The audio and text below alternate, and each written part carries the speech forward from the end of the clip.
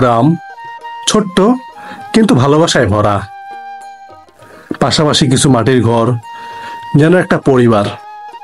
প্রত্যেকটা ঘরে থাকে আলাদা গল্প, আলাদা জীবন, একটা সংগ্রাম। আসসালামু আলাইকুম বন্ধুরা, আপনারা সবাই কেমন আছেন? ন্যাচারাল ভিলেজ বিডির পক্ষ থেকে সুন্দর একটি গ্রাম থেকে আপনাদের স্বাগতম জানাচ্ছি।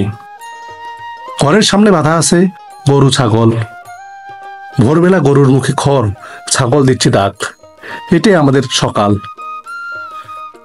পাশেই দেখা যায় কৃষক তার কাঁধে কোদাল এবং মাথায় টুকরে নিয়ে মাঠে চলে যায় নিজের ঘামের ফসল ফলাতে।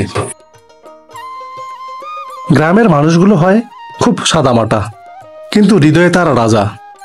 তারা জানে পরিশ্রম কাকে বলে, জানে প্রকৃতির সঙ্গে কিভাবে তাল মিলিয়ে চলতে হয়। তাদের এই জীবনযাত্রা আমাদের শেখায় কাজের মধ্যে অনেক আনন্দ লুকানো থাকে। এই গ্রাম, এই ঘর, এই গরু ছাগল আর এই গ্রামের সকল কৃষক, এটাই আসল বাংলাদেশ। শহরের কোলাহল থেকে দূরে শান্তির ঠিকানা। এই মাটির গন্ধ আমাদের শিকড়, আর আমরা গর্বিত শিখরে জন্ম নিয়ে।